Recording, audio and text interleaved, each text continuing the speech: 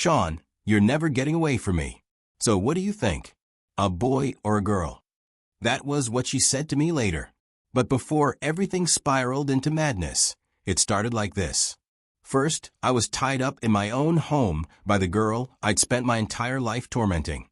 She locked me inside a custom-built cage, basically a shrine to her obsession. And why? Because after she, my childhood friend, Khloe Miller, shoved me down a flight of stairs, I woke up with the terrifying realization that I was just a character in a novel. The villain, to be exact. And she was the heroine. The one whose story arc required my family to be destroyed and me to wind up dead. So I did the only thing that made sense at the time. I convinced my family to call off our long-arranged engagement. Then I ran, pretending I was eloping for love. I hid for 2 years, thinking I'd escaped the script. But 2 years later, she found me. She poured drugged whiskey down my throat with a soft, cruel whisper. "Sean, I got you." And before all of that, before the cage, before the nightmare, there was this. "Sean, I hear you've been getting pretty close with that freshman from your econ class." Khloe's voice drifted behind me, sharp with acidity she probably didn't even realize she was releasing. I paused halfway down the main staircase in the arts building, doing my usual too cool slouch. I turned, leaned against the banister, and raised an eyebrow. "How'd you know? You got a crush on me or something? Keeping such close tabs?" Her pale cheeks flared red instantly. She looked like a cat whose tail had just been stepped on. As if, "You do nothing but torture me. Why would I ever like you? Don't flatter yourself." I couldn't help the smirk. I leaned in closer, dropping my voice just for her. "Maybe not. But I think I'm about to get lucky with that freshman. She told me she's going to ask me out tomorrow. Pretty much a done deal." She was officially pissed now. She shoved my chest. "Don't you know she has a boyfriend? You'd be the other guy. A homewrecker." I staggered back, dramatically milking it. "Of course I know. I have a simple policy. No strings, no promises, no mercy. Why turn down something being offered on a silver platter? Stop being such a pig. I'm serious. You're a goddamn player." Her eyes were red with fury. She pushed me again, harder this time. I was already pretending to lose balance on the stairs, but she didn't know that. Her shove tipped me over the edge. "Shit," I yelled, arms flailing. My body went backward. The back of my head slammed into the sharp corner of a marble step. The world spun, then disappeared. The last thing I heard before blacking out was Khloe's panicked, tear-choked scream. Then I dreamed. A long, long dream. In it, time rewound. Familiar scenes flashed by like a movie montage. Me and Khloe, childhood nemesis, basically. There I was, stealing her sippy cup and chugging all the juice before patting her cheek. It was definitely more of a slap. She'd wail, run to my parents, I'd get lectured, and then find new ways to get back at her. Elementary school. I stole her homework, copied it, tore it up, tossed it in the trash, then watched her get scolded in front of class. She sat in front of me. I tied her long ponytail to her chair, waiting for that yelp when she tried to stand. She chased me with a textbook. I'd run into the boys' bathroom, laughing as she hesitated at the doorway. Except sometimes she didn't. Sometimes she charged in, grabbed me by the ear, and dragged me out for a proper beatdown. Middle school. I fought some older kids who tried shaking her down. I got my ass kicked for it. She patched up my bloody nose while laughing at me. After that, I stopped the physical bullying and stuck to verbal jabs, mostly because I liked seeing her flustered. When she got really mad, she'd bite my hand, leaving perfect teeth marks. High school. She made me buy her tampons. The entire class found out. I was the joke of the semester. Even kids from other grades heard about it. Those memories were crystal clear, like they had happened yesterday. But the dream didn't stop. Suddenly, new memories, alien ones, flooded in. A world inside a book. And they felt more real than reality. In that world, Khloe was the heroine, beautiful, kind, resilient. Haley, the freshman planning to ask me out, had a boyfriend, Josh Peterson, the hero of the story. And me, Sean Carter? I was the starter villain. The childhood bully who grew up to oppose the hero. only to be completely crushed. My family went bankrupt. I ended the story by jumping off a skyscraper. A stepping stone. Nothing more. No, I jolted upright in a hospital bed, gasping. Sweat soaked my forehead. The antiseptic smell, the white sheets, the four in my hand, it all told me one thing. I wasn't dead. I'd fallen down the stairs and woken up to my future. "Sean, you're awake." A soft, worried voice beside me. Khloe sat there, eyes red and swollen. Guilt and worry twisted her expression, one I'd seen 1,000 times. But now all I could see was what she really was. The heroine. The source of my family's ruin. The reason I would die. A cold chill crawled down my spine. Survival instinct drowned out everything else. Run. I had to run. I ignored her questions, ignored the doctor's advice to stay another day. I demanded discharge. The vision of my family losing everything hung over me like a blade ready to fall. I remembered the script clearly. Haley Evans was supposed to confess her feelings to me this afternoon, behind the science building on that forested path. I had to be there, not to accept, but to prevent the fuse from ever being lit. By the time I arrived, Haley was already waiting, wearing a white sundress. Her cheeks were flushed. A pink envelope trembled in her hands. "Chayo." I cut her off. My voice was more serious than it had ever been. "Don't say it." "I know." She froze, lost. "I know you're a great girl," I said, "but I can't." "Your boyfriend, Josh? He really loves you. You two might fight sometimes, but I shouldn't get in the middle. I'm just a footnote in your life. He's the one for you. Go back to him. Talk to him." She stared at me, stunned. I didn't let her think. I turned and walked away. Out of the corner of my eye, I saw movement. Josh Peterson, the story's hero, stepped out from behind a tree. His fists were clenched, ready to fight. But as he heard my words, the anger drained from his face, replaced by confusion, then surprise, then a flicker of respect. The hatred in his eyes was gone. I exhaled silently. It worked. Step one of changing my fate was complete. From that day, I started Operation Ghost Khloe. Her texts? Ignored. Her calls? Sent to voicemail. If I saw her across campus, I'd turn and walk away, even if it meant an extra 10-minute detour. My sudden 180 degrees didn't go unnoticed. She caught on quickly. At first, she sent messages asking if I was still mad about the fall. I ignored them. Then she started ambushing me outside lecture halls, waiting at the dining hall, blocking the path to my dorm. "Sean, where are you running from?" she demanded once, grabbing my arm. Her eyes were red-rimmed, panic bleeding into her voice. A panic she didn't seem to understand herself. I shook off her hand. My heart went cold. I couldn't be weak. Weakness meant death. "Nothing. I'm just tired of it," I said, voice flat. "Tired of it? We've known each other our whole lives, and now you're just tired." She looked at me like she didn't recognize me.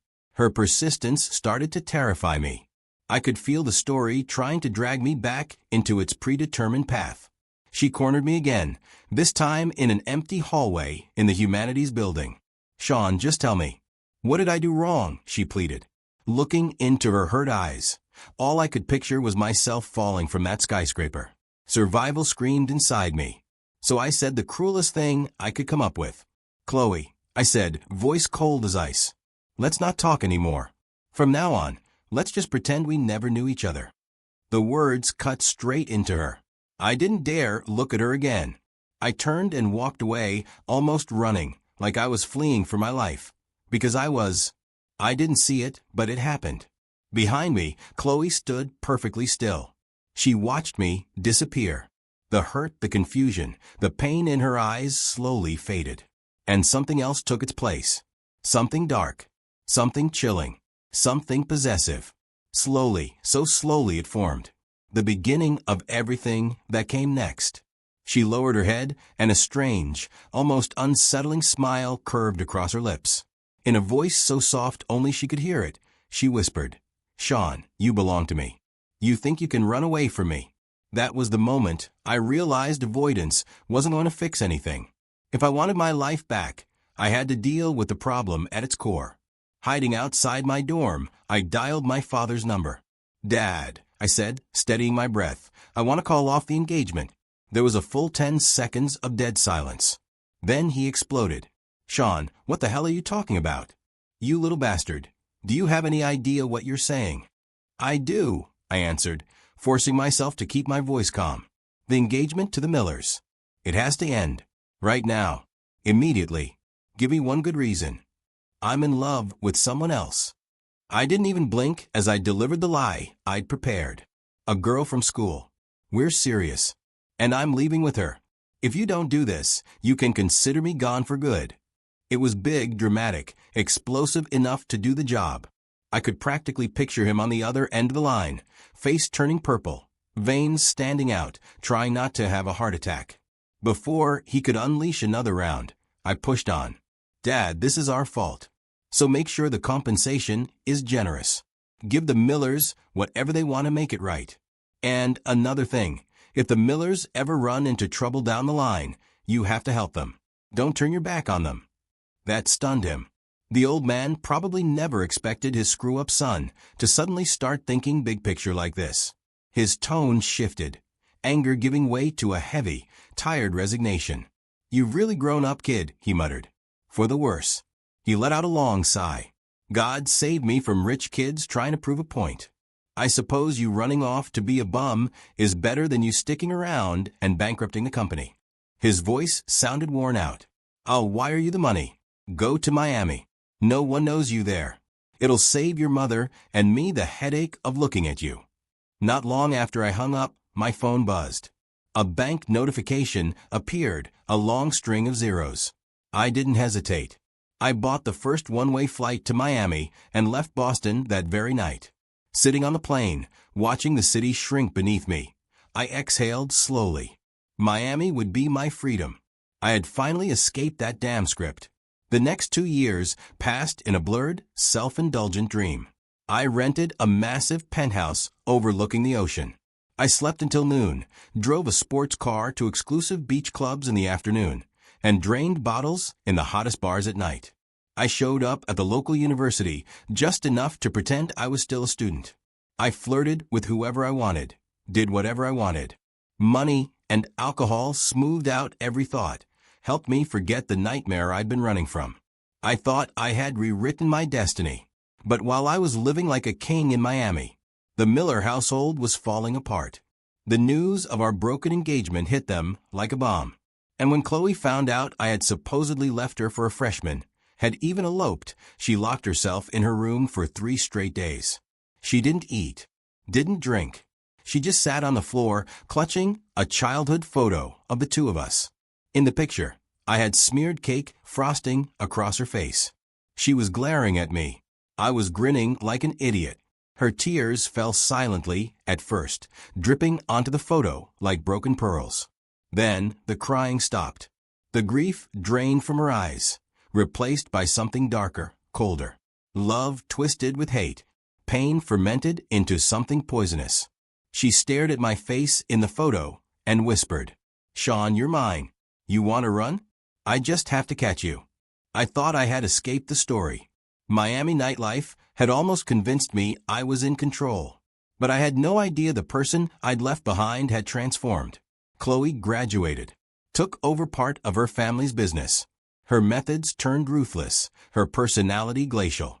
She became a shark, one everyone feared. She rejected every suitor from every elite family. To the world, she looked like a cold, untouchable CEO. But no one knew that every night she locked her bedroom door, pulled out the same childhood photo, and traced my face with her fingertips. Her longing hardened into a bone-deep obsession.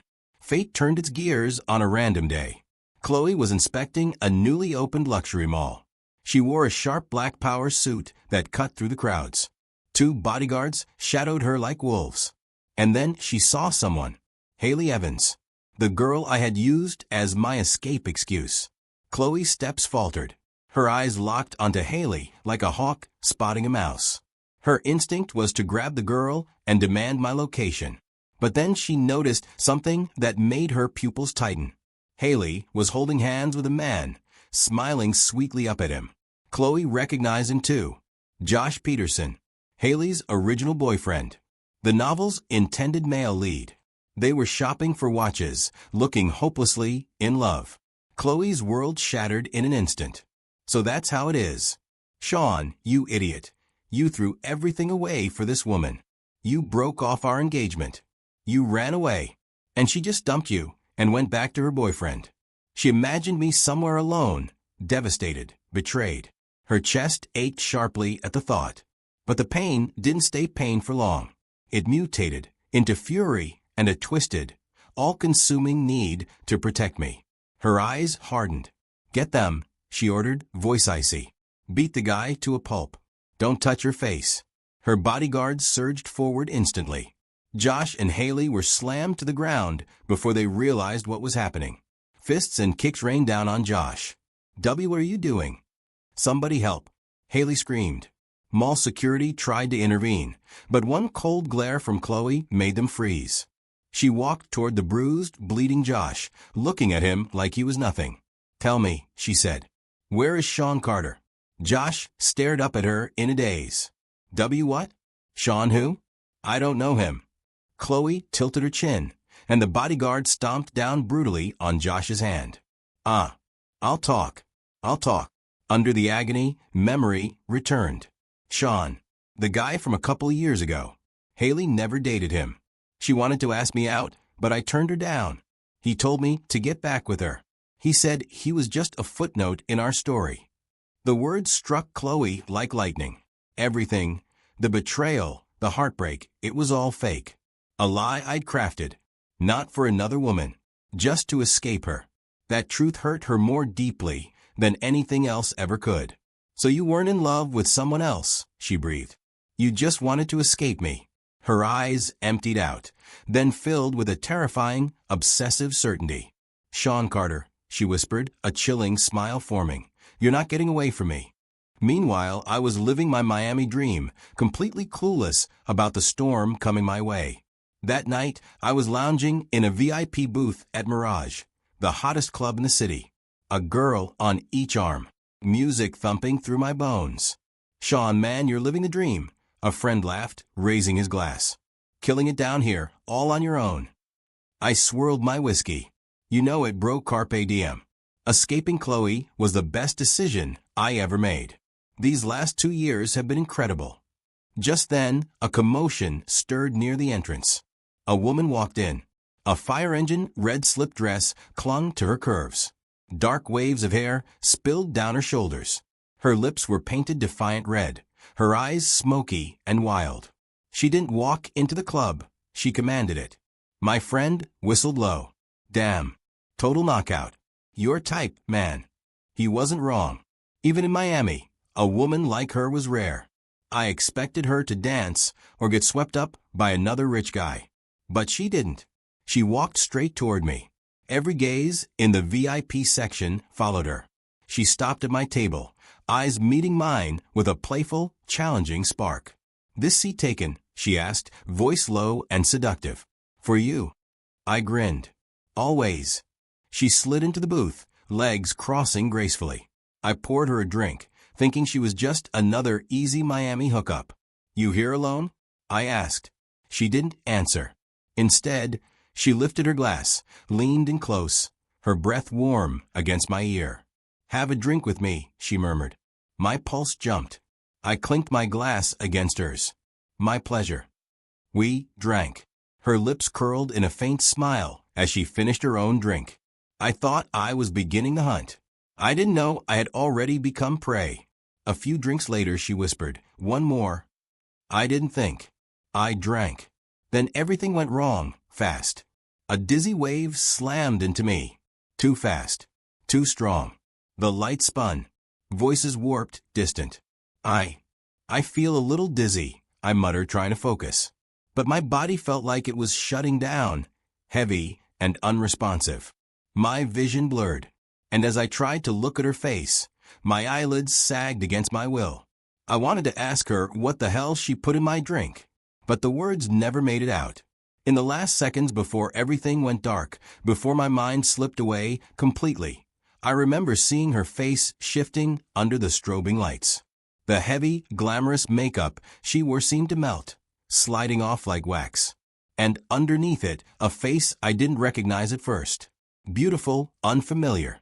But then it twisted, softened, reshaped, until it became the one face I feared more than anything in this world. The face I had spent 2 years trying to outrun. Khloe. The smile she gave me wasn't seductive anymore. It wasn't teasing. It was a cold, satisfied grin, like she had finally caught something precious that kept slipping out of her hands.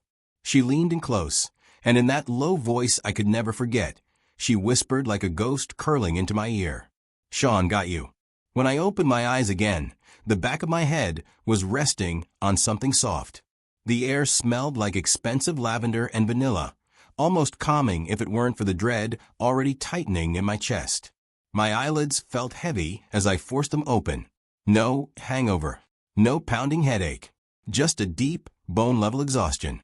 A massive crystal chandelier sparkled above me, casting soft, warm light across the unfamiliar ceiling.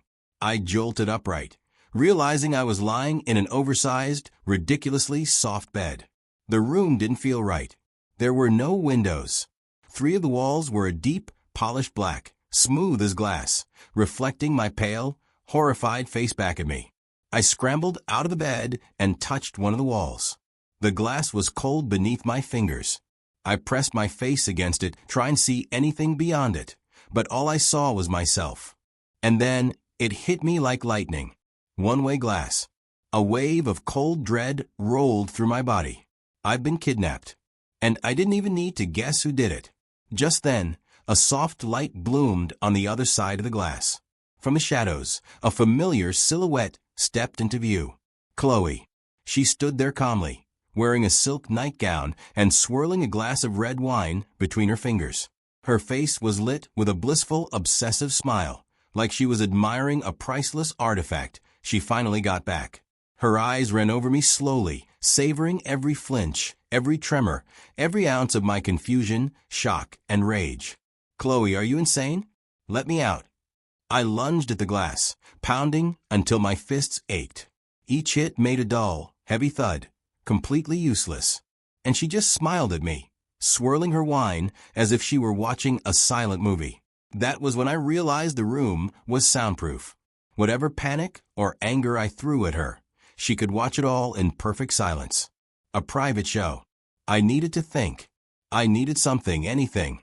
The room was almost empty aside from the bed and a small table. On the table sat a beautifully arranged meal, still steaming. A tiny spark of rebellion flared inside me.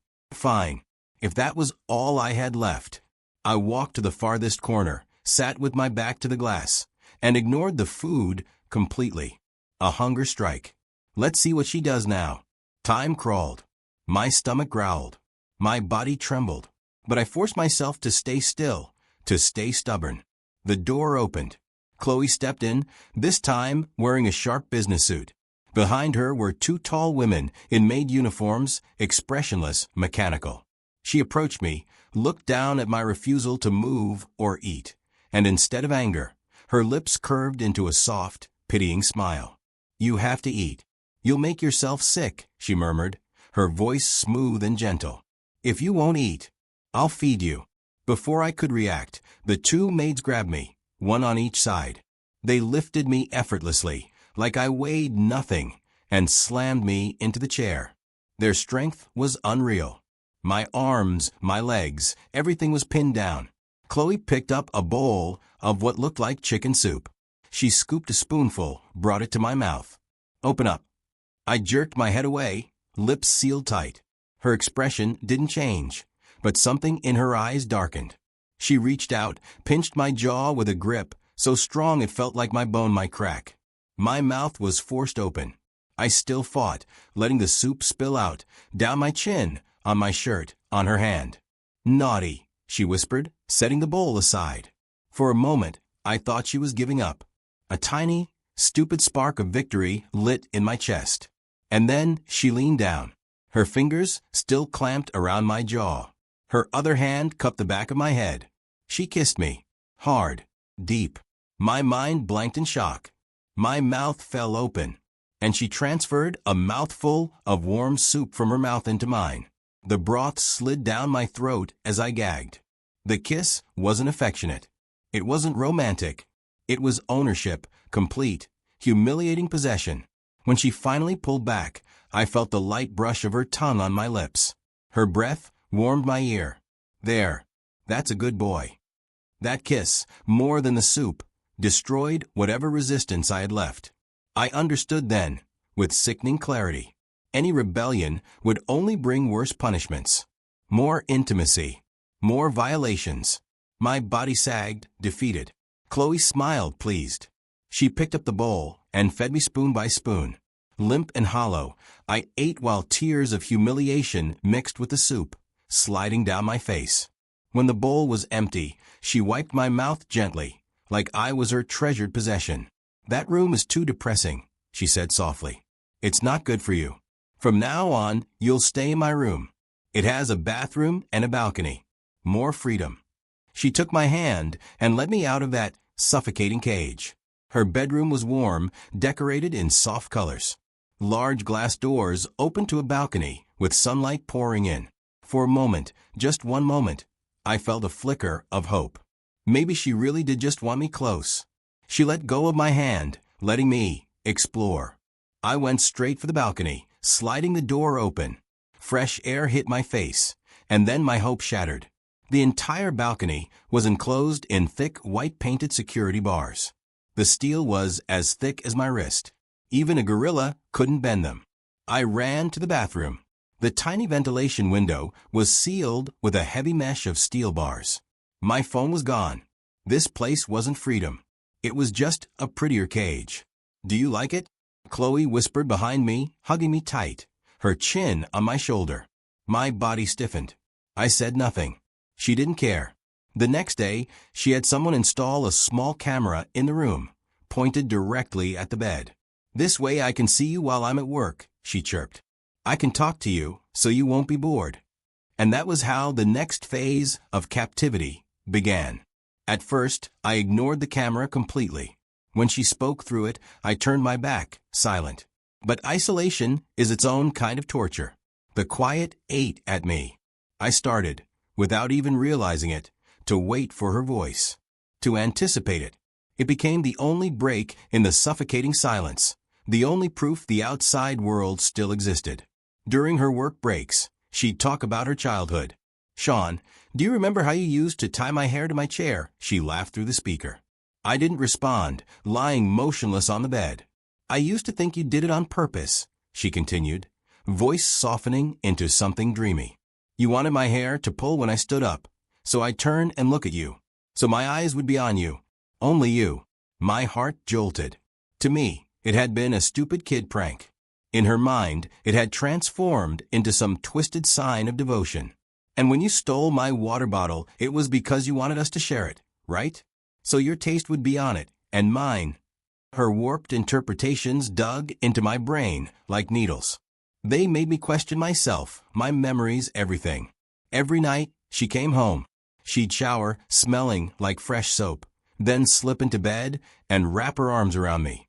She held on like she was afraid I'd disappear. The first nights I was stiff, sleepless, overwhelmed by her warmth and breath against my skin. But slowly, terrifyingly, I got used to it. I got used to her scent, her body heat, her arms around me. In that cage, she became the only warmth I had. I slept better with her than I had in any Miami party suite. A month slipped by like that. And I started thinking, aside from her suffocating control, maybe Khloe wasn't that bad. She remembered I hated cilantro. She bought me the latest gaming console. When nightmares woke me, she awkwardly patted my back until I calmed. One night, held in her arms, staring at the moonlight spilling through the curtains. I wondered if maybe all of this was partly my fault. If I hadn't been such a jerk as a kid, if I hadn't run away, would she have become this? For the first time, doubt crept into my escape plan. The twisted routine had numbed me. Until the night everything changed. Khloe came home, but something was wrong. The usual soft smile wasn't there. She didn't change clothes, didn't sit beside me, didn't tell me about her day.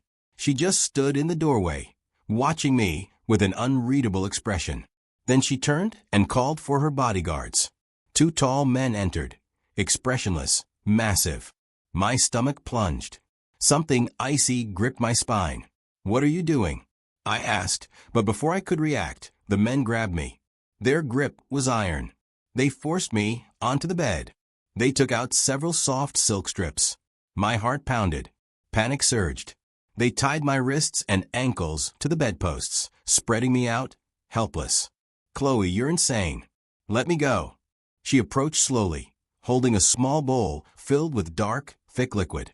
Her expression was impossible to read, a mix of grim resolve and feverish devotion. Her voice was a whisper. "Sean, drink this. Then we can be together forever."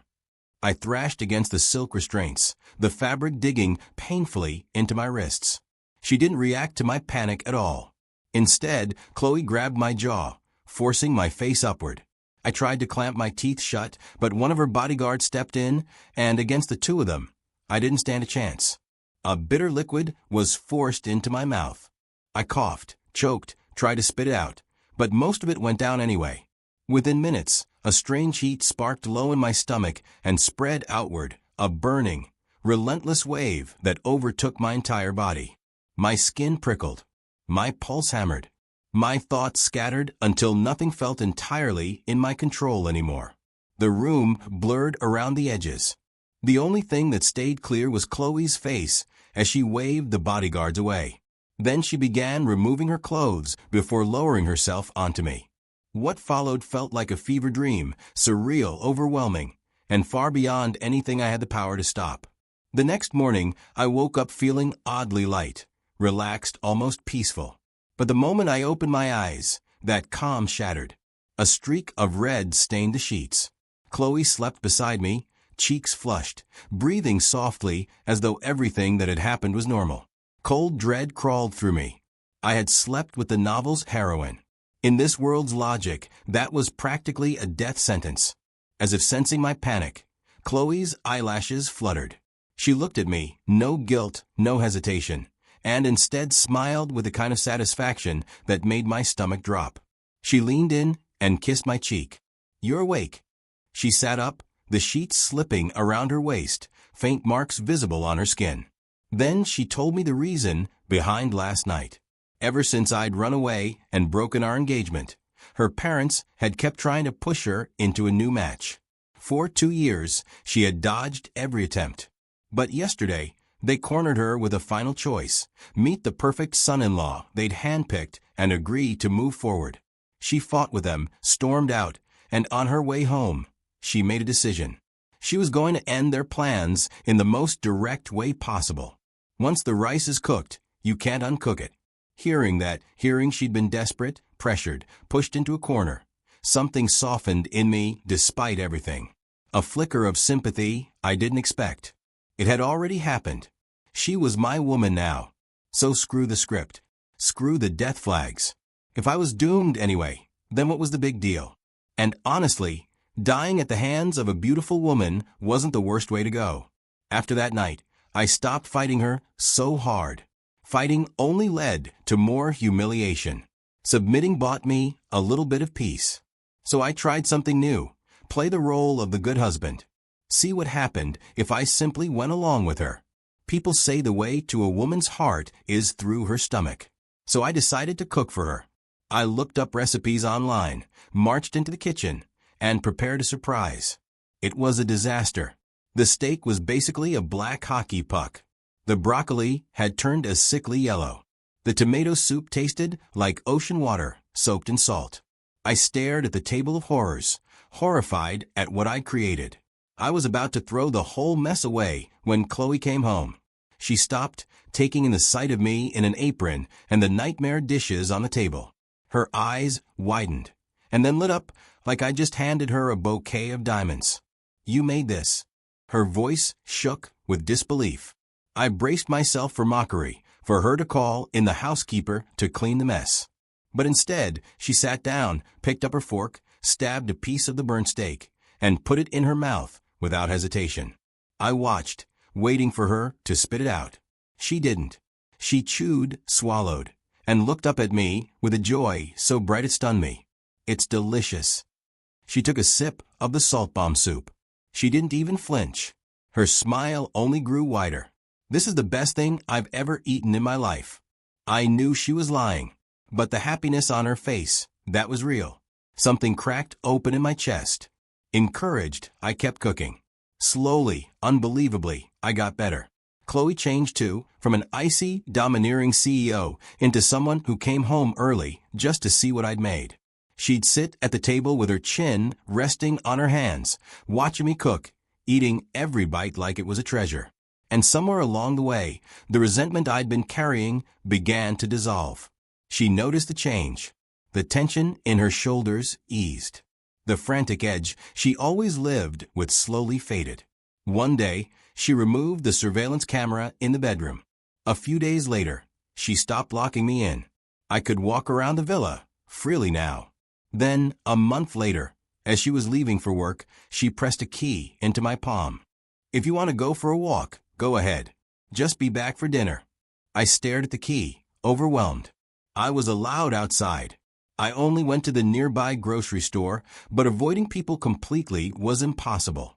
One day, when I came back, Khloe greeted me with her usual hug, then suddenly went still. She pulled back slowly, her eyes turning sharp. This perfume, it's not mine. Her voice was low, dangerous. Which woman was it? My heart jumped. The cashier at the market, I said quickly. She leaned too close. The scent must have rubbed off. Khloe didn't respond. She just stared at me with a raw, possessive intensity. That night, she pushed me onto the bed and made sure I understood exactly who I belonged to. She covered every inch of me with her mark, erasing any trace of someone else. The next morning, my back ached, my muscles protested, and I cursed her under my breath for being such a jealous maniac. But even as I cursed, I realized I was smiling. Being wanted this fiercely, being someone's entire world, it wasn't as terrible as I expected. Then one day, Khloe did something shocking. She skipped work. I had just placed lunch on the table when she came downstairs wearing a cream-colored sundress I'd never seen and light makeup that made her look soft, almost glowing. Not going to work today? I asked. Nope, she said, smoothing my collar like it was the most natural thing in the world. Something more important today. I'm taking you to a wedding. A wedding? Whose? She only winked. You'll see.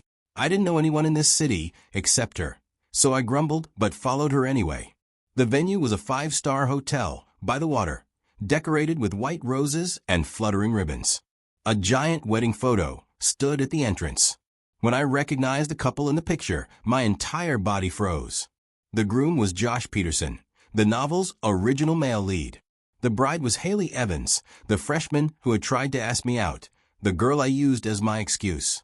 My brain buzzed, unable to process what I was seeing. What the hell was happening? Why was the original hero marrying a side character? I looked at Khloe. She watched my reaction with obvious satisfaction. Now you see how I found out you were lying that day, she murmured. Your whole eloping for love excuse fell apart quickly. A cold shiver ran through me as I remembered how she'd confronted me, then kidnapped and imprisoned me. I saw them holding hands at the mall, she continued, slipping her arm through mine possessively. Your story unraveled immediately. I forced a dry laugh. They actually invited you, she added casually. I blinked. They did? I never saw anything. Khloe pulled my phone from her purse and dangled it in front of me, her smile smug and playful. That's because your phone has always been under my surveillance. I saw the invitation and replied for you. I was going to say no, but then I thought it'd be more fun to bring you here myself. I stared at her, speechless. My fate being controlled so completely should have suffocated me, but somehow, coming from her, it carried a strange, twisted sweetness. I looked back at the happy couple in the distance, then at Khloe clinging to my arm. And it hit me. The script for this world was probably blown to pieces the moment I fell down those stairs. The original hero was standing there with a minor character, and I, the villain who was supposed to crash and burn, was with the original heroine. A wild, ridiculous thought crept into my mind. Maybe Haley was the new heroine now. Maybe the so-called plot correction, the protagonist halo, had shifted to her instead. And if that was true, did that mean I was finally safe? Did it mean being with Khloe wouldn't doom me to some tragic, inescapable ending anymore? That thought alone lifted a weight that had been sitting on my chest for years. A lightness spread through my whole body, like I'd finally exhaled after holding my breath far too long. Khloe must have sensed what was going through my mind. She leaned toward my ear, her voice low and teasing, just loud enough to rise above the music. So the girl you almost had is now someone else's bride, and you're the one who pushed her right into his arms. She paused, letting the words sink in. So what does that make you? A great wingman or just a terrible judge of character? Her joke snapped whatever leftover tension I had. I leaned in, mimicking her tone, purposely sounding regretful. A huge loss, I sighed dramatically. I should have sealed the deal first. Could have dumped her after. The words had barely left my mouth before 2 light thumps landed on my chest. Khloe glared at me, pretending to be furious, her cheeks warming with a blush. "You dare," she pouted, her tiny fist tapping my chest again.